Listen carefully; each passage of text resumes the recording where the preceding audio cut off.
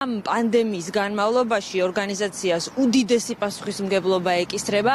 ჯანმომ და მისმა ექსპერტებმა უნდა გასცენ ავტორიზაცია ვაქცინაციაზე და ეს პირდაპირ აისახება ჩვენ ჯანმრთელობაზე. ამ მთელი პანდემიის დროს, ამ 10 თვის განმავლობაში არაერთი ინფიცირებული ჰყავდა თავად ჯანდაცვის მსოფლიო ორგანიზაციაში, ამიტომ განსაკუთრებული რეჟიმია, შენობა პრაქტიკულად დაკეტილია და მხოლოდ დისტანციურად შეიძლება მათთან საუბარი. ჩვენ დისტანციურ რეჟიმში დავუსვით კითხვა, როგორც ჯანმოს გენერალურ დირექტორს, ასევე მისი გუნდის წევრებს. მთავარი გზავნილი და ის, რასაც ყველა გთხოვს ამ შემთხვევაში ჩვენ საქართველოს მოქალაქეებს, რომ გავუფრთხილდეთ ჩვენს თავს, ჯანმრთელობას და გავუფრთხილდეთ ჩვენი უსაყვარლესი ადამიანების სიცოცხლეს. ეს კი მხოლოდ და მხოლოდ შესაძლებელია იმ შემთხვევაში, თუ დავიცავთ წესებს, მოკითხვა ჯანმოდან იმ ადამიანისგან, რომლის პრესკონფერენციებსაც ჩვენ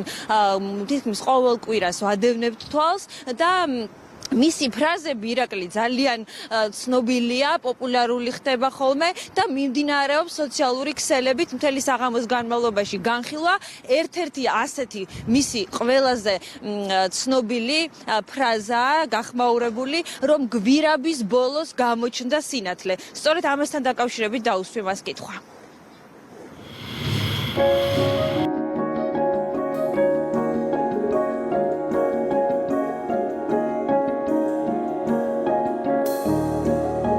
ჟენევიდან საქართველოს ჩათვლით 190-ზე მეტი სახელმწიფო ჯანდაცვის სფეროში საერთაშორისო რეკომენდაციებს იღებს.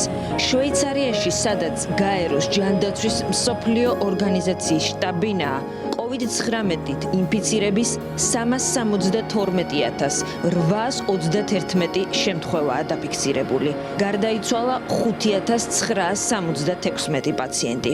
რეგიონების და ინფიცირების სიმძიმის მიხედვით შეზღუდვების სხვადასხვა რეჟიმი მოქმედებს.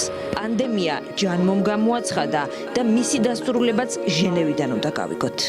A journalist from Georgian television IMEDA პირველად გვეძლევა შესაძლებლობა ჯანდაცვის მსოფლიო ორგანიზაციის ხელმძღვანელობას, გენერალურ დირექტორს და მის გუნდს კითხვა დაუსვათ საქართველოზე და მათ შორის გენმდივნის ცნობილ შეფასებაზე.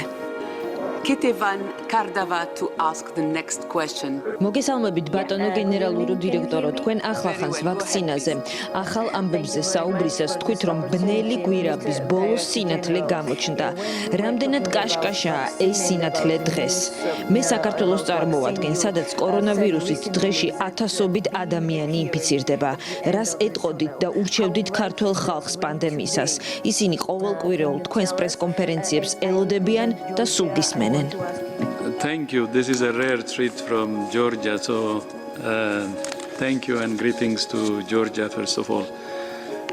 ეს არის გამონაკლისი შემთხვევა საქართველოსთან, ამიტომ დიდი მადლობა და პირველ რიგში მოკითხვა საქართველოს. ბევრი ვაქცინა მზადდება და ამით გვირაბის ბოლოს სინათლე უფრო კაშკაშა ხდება. ამავე დროს უნდა გავამახვილოთ ყურადღება ჩვენს წინაშე არსებულ გამოწვევებზე იმისთვის, რომ გვირაბის სიბნელე ბოლომდე გავფანტოთ. გვაქვს 3 ძირითადი გამოწვევა. პირველი დაფინანსება და საჭირო 4 მილიარდი დოლარი. მსოფლიო ლიდერებმა დადეს პირობა, რომ ვაქცინები გლობალური გახდება. პირობა ქმედებებზე უნდა აისახოს.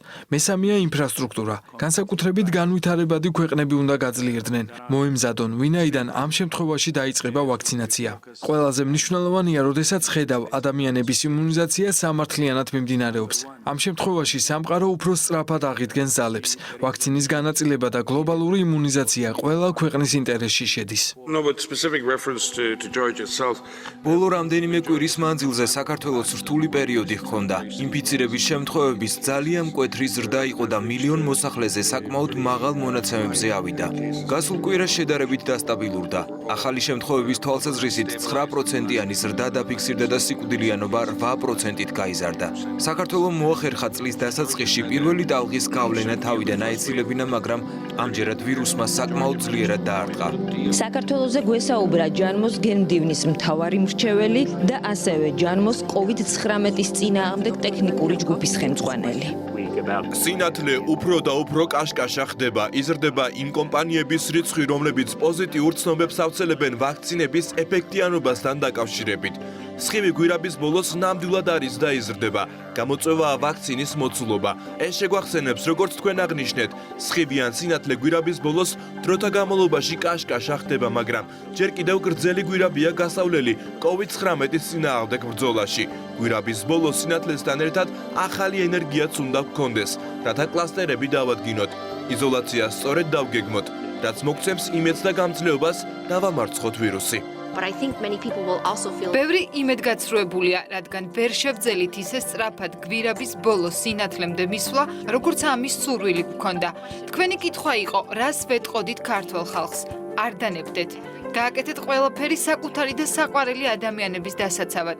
თქვენ გაქვთ ცოდნა, სად არის ვირუსი, როგორ ვრცელდება და ძალა გადაწყვეტილებების მისაღებად. თითოეულ გადაწყვეტილებას შეუძლია რისკის შემცირება.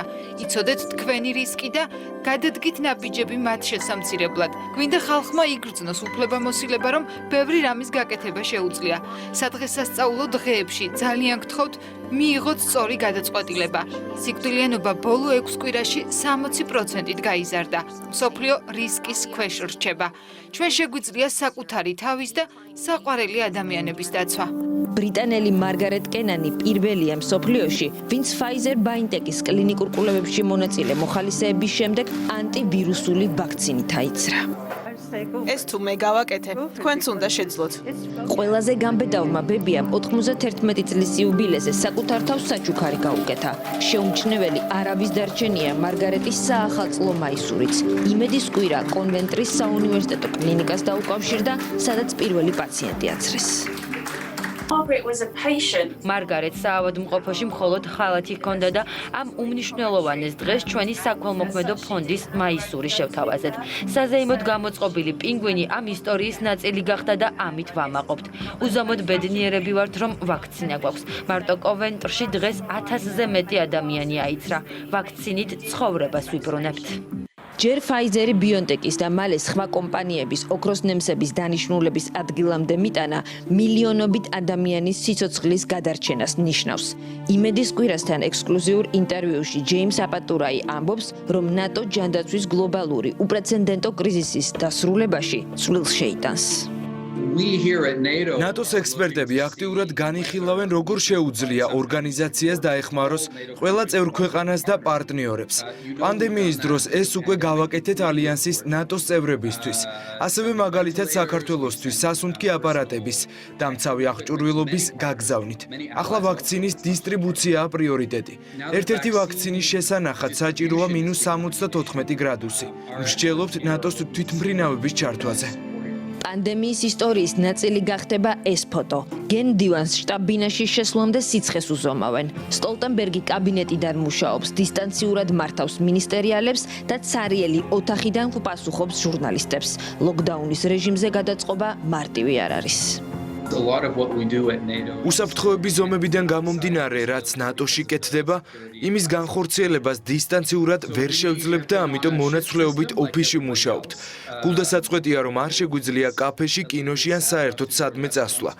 მაქსიმუმ თუ პარკში გავისეირნებ და თან სულ მხოლოდ ერთ მეგობართან. გონი ძალიან მოვაბეზრე ჩემს მეგობარს თავი და პანდემიის დასრულებით ბედნიერი იქნება. ფიქრობ, მაინც გაგვიმართლა, რომ COVID პანდემია ახლა მოხდა. 10-20 წლის წინ გაცილებით დიდი დრო დასჭირდებოდა ვაქცინის შექმნას. საბედნიეროდ დღეს კომპანიები ახალი mRNA-ის ტექნოლოგიას იყენებენ. 9 თვეა ოთახში გამოკეტილებს გვაქვს Netflix-ი და უფასო საკომუნიკაციო საშუალებები. ამის გათვალისწინებით საქმე ისე ცუდად არ არის, როგორც შეიძლებოდა ყოფილიყო და მომავალ წელს უკეთესად იქნება. აპატურაიმ გითხრა, რომ კანადაში მყოფ დედას ასაცრელად რეკომენდაცია უკვე მისცა. თავად ბელგიაში ელოდება იმუნიზაციის დაწყებას. მე ვარ 100%-ით ვაქცინის მომხრეთა რიგებში. ვაქცინის შესახებ სოციალური მედიით გადაჭარბებული დოზით ვრცელდება ყალბიცნობები და შეთქმულების თეორიები. სასაცილოა მოსაზრება თითქოს ბილ გეიტს ვაქცინით ჩვენს ხელში სათვალთვალო მოწყობილობის ჩამონტაჟება სურდეს. თუ თქვენ ტელეფონი გიჭირავთ ხელში, მაშინ გეტყვით, რომ მატარებელი სადგურიდან კარგა ხანია დაიძრა და არავის არ სჭირდება თქვენზე თვალყური სადევნებლად დამატებითი მოწყობილობის ჩამონტაჟება. მე ეპიდემიოლოგი არ ვარ, მე მეცნიერების მჯერა. ვირუსის მესამე ტალღის თავიდან ასაცილებლად ქვეყნები, მათ შორის ბელგია, მოგზაურობის პირობებს ცვლის, რაც ართულებს ყოველდღიურობას. My sister and I will საშობაოდ მე და ჩემი და გავფრინდებით კანადაში, რათა სადღესასწაულო დღეები დედასთან ერთად გავატაროთ, რაც ნიშნავს რამდენიმე კვირას კარანტინში. ჩემმა და სახლში დიდი საძინებლის დაჯაშვნა დამასწრო. მე ძალიან პატარა ოთახში მომიწევს შობა ახალი წლის გატარება. მინდა გამოვიყენო შესაძლებლობა წინასწარ მოგილოცოთ. ჯანმრთელობა და საუკეთესო წელი გისურვოთ. ძალიან მიყვარს ქართველი ხალხი, საქართველო მუდამ ჩემს გულშია. ჩემი და ნატოს სახელით ვუსამძიმრებ საქართველოში COVID-19 დაღუპულთა ოჯახებს. მოუარეთ თავს და გაუფრთხილდით სხვებს.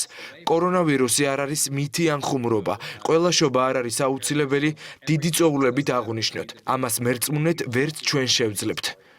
ახლა სიფრთხილის და სიმშვიდის დროა. Thank you so much. დიდი მადლობა და ჩვენც ყველაფერს საუკეთესოს გისურვებთ. როგორც დიდი ბრიტანეთის დედოფალმა თქვა, მალე შევხვდებით ერთმანეთს. We will meet again. დიახ, შევხვდებით და თან მალე იმედი მაქვს.